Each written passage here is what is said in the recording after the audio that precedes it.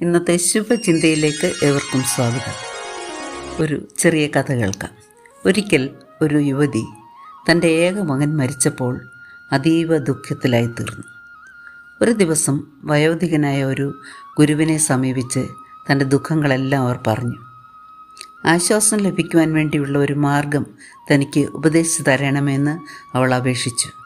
അദ്ദേഹം പറഞ്ഞു, ഞാൻ പറയുന്നത് പോലെ നീ ചെയ്താൽ എനിക്ക് നിന്നെ സഹായിക്കാൻ കഴിയും.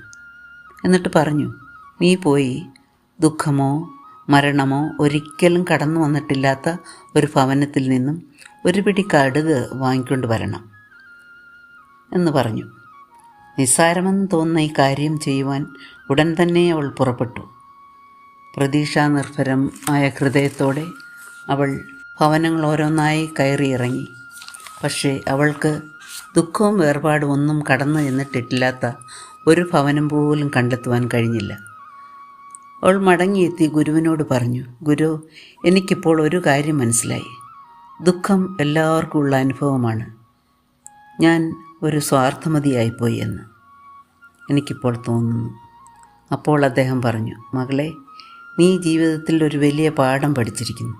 ഇപ്പോൾ നിൻ്റെ ദുഃഖം ലഘൂകരിച്ചില്ലേ? മാത്രമല്ല, മറ്റുള്ളവരുടെ വേദനയിൽ സഹതപിക്കുവാനും നീ പ്രാപ്തിയുള്ളവളായി. അവൾ സമാധാനത്തോടെ ഗുരുവിനോട് യാത്ര പറഞ്ഞ് വീട്ടിലേക്ക് പോയി. എന്താണ് ഈ ചെറിയ കഥയിൽ കൂടി നമുക്ക് ലഭിക്കുന്ന സന്ദേശം?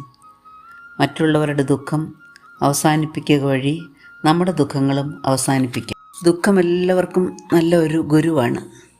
പ്രഭാതം ഉണ്ടാകണമെങ്കിൽ രാത്രി ഉണ്ടായ മതിയാവുമല്ലോ. അതുപോലെ തന്നെയാണ് സുഖം ഉണ്ടാകണമെങ്കിൽ ദുഃഖം ഉണ്ടായ മതിയാവും. ഇതൊരു പൊതു തത്വമാണ്. സുഖദുഃഖ സമ്മിശ്രമല്ലേ ജീവിതം. ജീവിതത്തിൽ ദുഃഖങ്ങൾ അനുഭവിക്കാത്ത ആരുമില്ല. പക്ഷേ ജീവിത ദുഃഖങ്ങൾ നമ്മെ പരാജയപ്പെടുത്താൻ അനുവദിക്കാതിരിക്കുന്നതിലാണ് നമ്മുടെ വിജയം.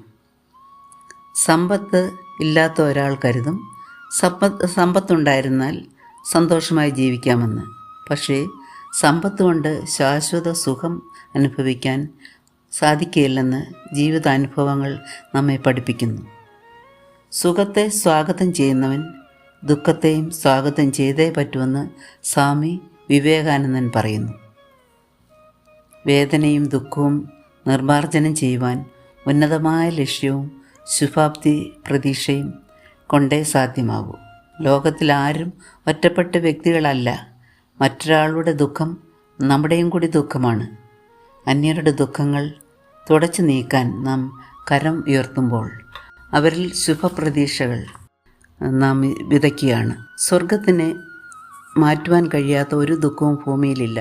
അതുകൊണ്ട് ദൈവത്തിൽ ആത്യന്തികമായി സമാധാനം കണ്ടെത്താൻ കഴിയുന്നില്ലെങ്കിൽ നമ്മുടെ ദുഃഖങ്ങൾക്ക് അവധി കൊടുക്കാൻ സാധ്യമല്ല. അവങ്കിലേക്ക് നോക്കിയവർ പ്രകാശിതരായി. അവരുടെ മുഖം ലജ്ജിച്ചു പോയില്ല. ഈ എളിയവൻ നിലവിളിച്ചു, യഹോവ കേട്ടു, അവൻ്റെ സകല കഷ്ടങ്ങളിൽ നിന്ന് അവനെ വിടുവിച്ചുവെന്ന് തിരുവചനം നമ്മെ പഠിപ്പിക്കുന്നില്ലേ? നമ്മുടെ ജീവിതത്തിലെ എല്ലാ പ്രയാസഘട്ടങ്ങളിലും കണ്ണീരൊപ്പുന്ന ദിവ്യ കരങ്ങളിൽ മുറുകെ പിടിച്ചുകൊണ്ട് സന്തോഷത്തോടെ ജീവിതം നയിക്കുവാൻ സർവശക്തനായ ദൈവം നമുക്ക് തുണയാകട്ടെ എന്ന് പ്രാർത്ഥിച്ചുകൊണ്ട് ഇന്നത്തെ ശുഭചിന്ത നമുക്കിവിടെ അവസാനിപ്പിക്കാം.